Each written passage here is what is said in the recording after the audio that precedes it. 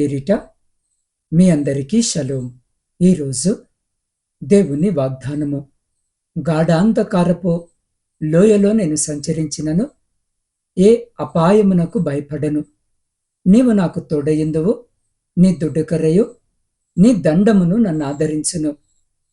23వ సంకీర్తన 4వ వచనం. ప్రియ సహోదరి సహోదరులారా, ఈరోజు వాక్య ధ్యానములోనికి మనము ప్రవేశించే ముందు తలలు వంచి ఒక్క నిమిషము చిన్న ప్రార్థన చేసుకుందాం. మహా పరిశుద్ధుడవైన మా పరలోకపు తండ్రి, నీ పరిశుద్ధ నామానికి వందనాలు అయా. ఈ శ్రేష్టమైన సమయంలో నీ వాక్యమును ధ్యానించుచు ఉండగా మాతో మాట్లాడమని వేడుకుంటున్నాం. ఇక్కడ కూడి ఉన్న ప్రతి బిడ్డ హృదయాన్ని నువ్వెరుగుదువు. గాఢాంధకారపు లోయలో ఉన్న వారికి నీ వెలుగును, భయములో ఉన్న వారికి నీ ధైర్యాన్ని, అలసిపోయిన వారికి నీ ఆదరణను దయచేయండి అయ్యా. మాట్లాడేది నేను కాదు, నీ పరిశుద్ధాత్మ ద్వారా మాలో ఆశను, విశ్వాసాన్ని నింపండి. మా కాపరివైన నీ స్వరమును మేము వినున్నట్లు మా చెవులను, హృదయములను తెరువమని మా ప్రభువును, మీ ప్రియకుమారుడైన యేసు క్రీస్తు అతి పరిశుద్ధ నామములో అడిగి పొందుకొని ఉన్నాము తండ్రి, ఆమెన్. ప్రియ సహోదరి సహోదరులారా, ఈరోజు జీవాక్యము వినుచున్న మీ అందరికీ మన ప్రభువును, ప్రియరక్షకుడైన యేసు క్రీస్తు శక్తి కలిగిన నామమున ఈ నూతన దినపు శుభములను, వందనములను తెలియజేస్తున్నాను. ప్రియులారా, ఈరోజు మనము ధ్యానిస్తూ ఉన్న కీర్తన కేవలం ఒక పద్యము కాదు. ఇదొక గొర్రెపిల్ల తన కాపరి మీద ఉంచిన సంపూర్ణమైన నమ్మకము. దావీదు ఈ కీర్తన రాస్తూ ఉన్నప్పుడు ఆయన పచ్చిక బయలు గురించి మాత్రమే మాట్లాడలేదు, మరణపు నీడలు కమ్ముకున్న లోయల గురించి కూడా మాట్లాడాడు. లోయ అంటే ప్రియులారా, ఇశ్రాయేలు దేశములో ఎత్తైన పర్వతాల మధ్య ఇరుకైన లోతైన దారులు ఉండేవి. సూర్యరశ్మి కూడా చొరబడలేని ఆ లోయలలో క్రూర మృగాలు పొంచి ఉండేవి. గొర్రెలు ఒక మేత ప్రాంతం నుండి మరొక ప్రాంతానికి వెళ్ళాలనంటే ఆ చీకటి లోయను దాటక తప్పేది కాదు. మన జీవితంలో కూడా ప్రియులారా, అలాంటి లోయ వంటి కాలము వస్తుంది. అది ఊహించనిది. మనము ప్రణాళిక వేసుకోకపోయినా లోయలు ఎదురవుతాయి. అది చీకటిగా ఉంటుంది. రేపేమవుతుందో తెలియని అయోమయము, అది భయంకరంగా ఉంటుంది. శత్రు మనల్ని ఓడించడానికి ప్రణాళికలు చేసే సమయం అది. కానీ ఈ దినము వాక్యము సెలవిస్తుంది, నీవు నాకు తోడయుందువు. లోయలో ఉన్నప్పుడు మనకు కావలసింది వివరణ కాదు. ఒక వ్యక్తి మనకు కావలసింది వివరణ కాదు, ఒక వ్యక్తి కావాలి. దేవుడు మనల్ని లోయ బయట ఉండి త్వరగా రాని పిలవడం లేదు. ఆయన మన చేయి పట్టుకొని మనతో పాటు లోయలో నడుస్తున్నాడు. కాపరి నీ పక్కన ఉంటే లోయ నీకు శ్మశానము కాదు, అది నీ విజయానికి దారి అవుతుంది. అయితే ప్రియులారా, కొన్ని సందర్భాలలో యేసయ్య గొర్రెలు భయంకరమైన చీకటి కృంగదీసే పరీక్షల గుండా ప్రయాణము చేయాల్సి వస్తుంది. కొన్ని సందర్భాలు అవి మరణము అంచుల వరకు చేరుతాయి. అయితే వారి కాపరి అయిన సర్వశక్తి గల సృష్టికర్త అయిన వారితోనే ఉంటాడు. వారికి భయమెందుకు? వారి కాపరే వారికి ఆశ్రయము. అలానే ఆయనే బలమైన కొండ, ఆయనే ఆపత్కాలములో సహాయము, ఆయనే గాఢాంధకారములో వెలుగు. ప్రియులారా, ప్రకృతి వైపరీత్యములు వారిని భయపెట్టలేవు. శోధనలు, వేదనలు, ఇరుకులు, ఇబ్బందులు ఒకవేళ బాధించినను ఆయన వారితోనే ఉన్నాడు. దేవుడు మనకు ఆశ్రయ దుర్గంనయ్యున్నాడు. ఆపత్కాలములో ఆయన నమ్ముకోదగిన సహాయకుడు. కావున భూమి మార్పు నొందినను, నడి సముద్రములలో పర్వతములు మునిగినను, వాటి జలములు ఘోషించుచు నురుగు కట్టినను, ఆ పొంగునకు పర్వతములు కదిలినను మనము భయపడము. అపాయమును రాకుండా యెహోవా నిన్ను కాపాడును, ఆయన నీ ప్రాణమును కాపాడును అన్న వచనముల ప్రకారము కొన్ని సందర్భాలలో అపాయము రాకముందే ఆయన మనల్ని కాపాడితే, కొన్ని సందర్భాలలో అపాయము వచ్చిన తర్వాత ఆయన కాపాడుతాడు. ఏ సమయంలో ఎట్లా స్పందించాలో ఆయనకు తెలుసు. ఏది ఏమైనా ఆయన తోడుంటే అగ్ని గుండమే ఆహ్లాదకరం, గాఢాంధకారమే ప్రకాశమానము. పరిస్థితులకు భయపడకు, కాని యేసయ్యకు మాత్రము భయపడు. భయము వేస్తే ఆయనను జ్ఞాపకము చేసుకో, అప్పుడు భయానికే భయము వేస్తుంది. ప్రియ సహోదరి, సహోదరుడా, కాపరి దుడ్డుకర్ర ఏ సందర్భంలో ఉపయోగిస్తాడో తెలుసా? శత్రువులు మందను వెంటాడుతున్నప్పుడు వాటి నుండి మందను రక్షించడానికి. కొన్ని మొండి గొర్రెలు కాపరి మాట వినకుండా మంద నుండి చెదిరిపోతూ ఉన్నప్పుడు కాపరి దుడ్డుకర్రతో వాటిని దండిస్తాడు.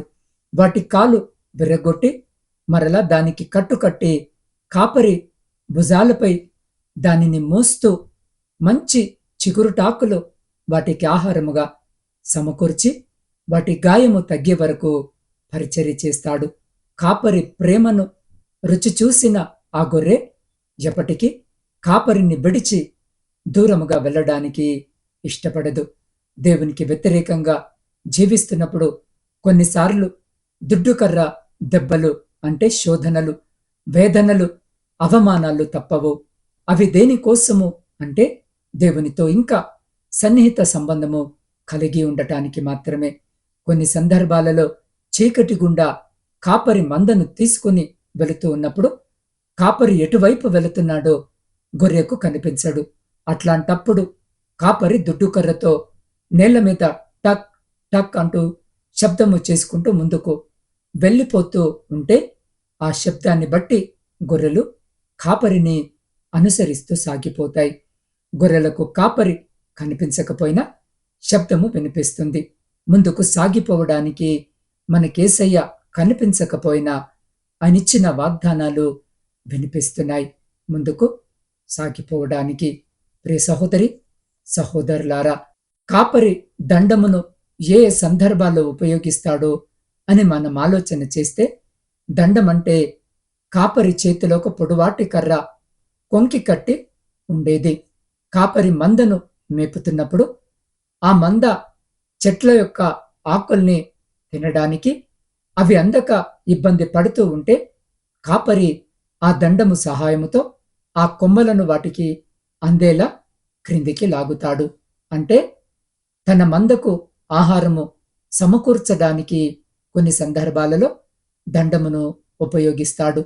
కొన్ని సందర్భాలలో కొన్ని గొర్రెలు త్రోవ తప్పి బయటకి పోతూ ఉంటే కాపరి ఆ పొడువాటి దండమును వాటి నడుమునకు వేసి బలముగా మందలోనికి లాగుతాడు.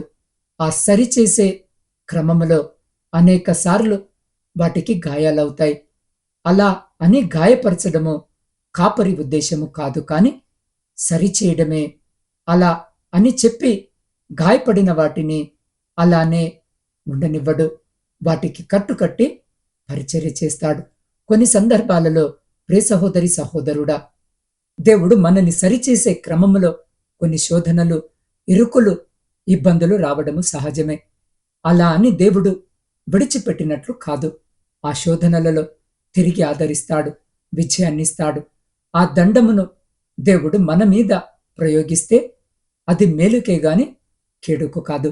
అట్లాంటి ఇబ్బందికరమైన పరిస్థితులను మనం ఎదుర్కొంటున్నప్పుడు ఒక్కసారి ఈరోజు ఆలోచిద్దాం. ఎక్కడ తప్పిపోయామో పరీక్షించుకుందాం. ఆ చిన్న కుమారుడు పందుల పొట్టు తినే పరిస్థితికి చేరుకున్నప్పుడు అతడు ఆలోచించగలిగాడు, ఎక్కడ తప్పిపోయాను అని. ఎక్కడ తప్పిపోయాడో ఆ చిన్న కుమారునికి అర్థమైంది. ప్రియ సహోదరి, సహోదరుడా, మరలా ఆ చిన్న కుమారుడు తిరిగి అక్కడికే పయనాన్ని కొనసాగించాడు. తప్పిపోయిన మనము తిరిగి తండ్రి దగ్గరికి రావాలి. కాబట్టి మన ప్రయాణాన్ని తిరిగి తండ్రి దగ్గరికి ప్రారంభిద్దాం. సాగిపోదాం. ఆగిపోకుండా, అలసట లేకుండా ఆ దరి చేరు వరకు మన కోసము ప్రాణము పెట్టిన నిజమైన మంచి కాపరి కృప మనకు తోడుగా ఉండులాగున ఆయన చింతకు చేరేవారిగా మనముండాలని దేవుడు మన వైపు ఆశ కలిగి చూస్తా ఉన్నాడు. కాబట్టి ప్రియ సహోదరి, సహోదరుడా, ఈ వాక్యము ముగింపులో ఒక్కసారి మీ హృదయాన్ని పరీక్షించుకోండి. ఈ లోకములో ప్రతి ఒక్కరూ నీ విజయాన్ని చూస్తారు, కానీ నువ్వు అనుభవిస్తున్న లోయలోని వేదనను కేవలము నీ కాపరి అయిన యేసు క్రీస్తు ప్రభుల వారు మాత్రమే చూస్తున్నాడు.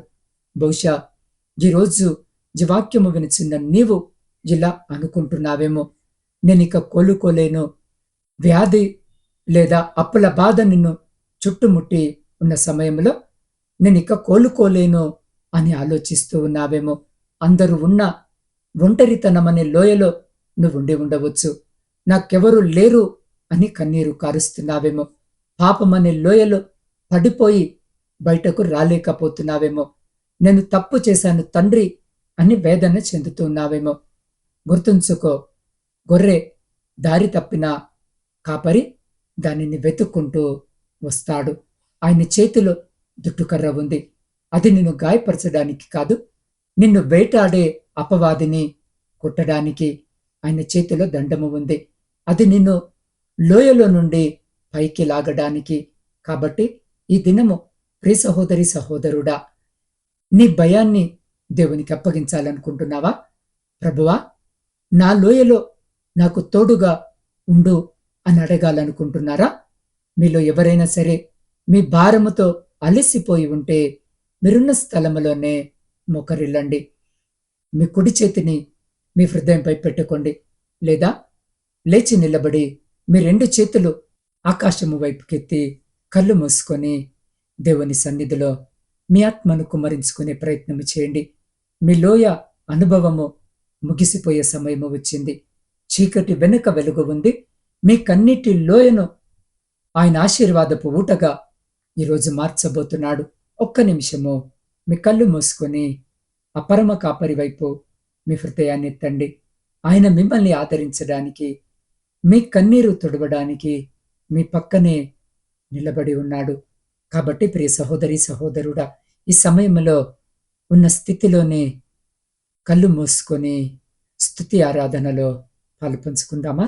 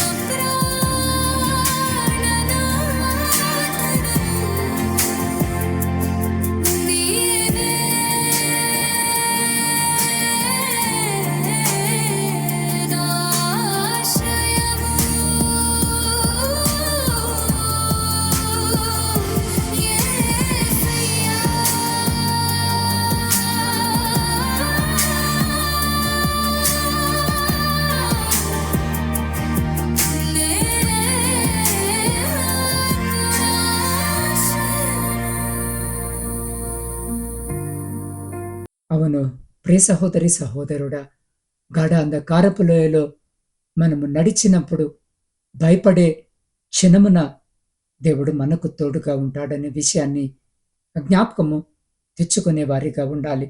నా కాపరి నాకు తోడున్నాడు, నన్ను నడిపిస్తాడని ధైర్యము కలిగి నడిచేవారిగా మన ముందులాగున మీరున్న స్థితిలో ఆ రీతిగానే మరొక నిమిషము నాతో పాటు కళ్ళు మూసుకొని ప్రార్థనలో ఏకీభవించండి. పరిశుద్ధుడా, ప్రేమగల మా పరలోకపు తండ్రి, మా మంచి కాపరివైన నీ పాదాలకు వందనాలు. ప్రభువా, మేము గాఢాంధకారపు లోయల వంటి కష్టాల్లో ఉన్నప్పుడు భయపడకుండా నీ తోడును అనుభవించే కృపనివ్వండి. నీ దుడ్డు కర్రతో మమ్మను శత్రువు నుండి రక్షించండి. నీ దండముతో మమ్మను సరిచేసి నీ మందలో ఉంచండి. మేము త్రోవ తప్పినప్పుడు నీ వాగ్దానాల స్వరమును విని తిరిగి నీ చెంతకు వచ్చేలా సహాయం చేయండి.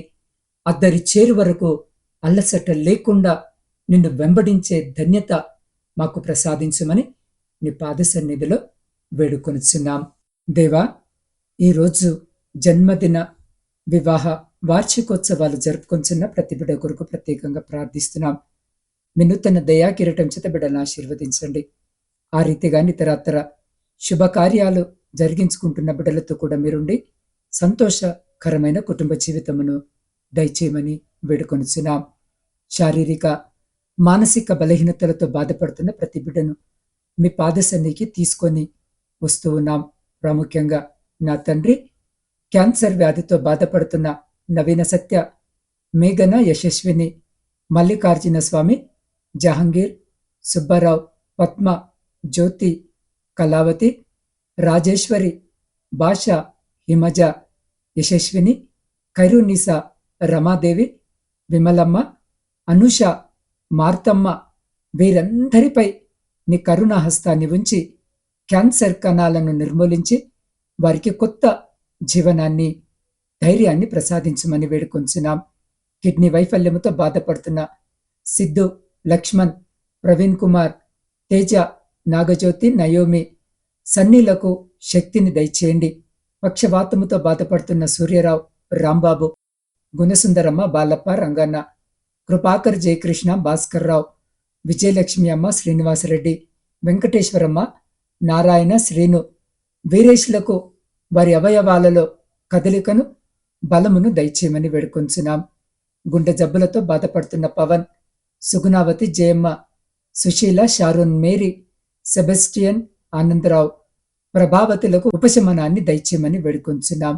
బ్రెయిన్ ట్యూమర్తో పోరాడుతున్న లీలావతి, ప్రశాంతి, జైపాల్ రెడ్డిలకు, మరి అనేక మాసాలుగా కోమాలో ఉన్న నానికి నీ అద్భుతమైన స్పర్శతో స్పృహను, ఆరోగ్యాన్ని దయచేయమని వేడుకొంచున్నాం. అయ్యా, రత్న తెలియని వ్యాధితో బాధపడుతుండగా బిడ్డకు విముక్తిని కలిగించండి.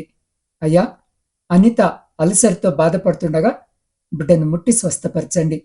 సజిత్ 10 ఏళ్లుగా అనుభవిస్తున్న ఒంటరితనము, భయము నుండి అతనికి విడుదల ప్రసాదించమని వేడుకొంచున్నాం.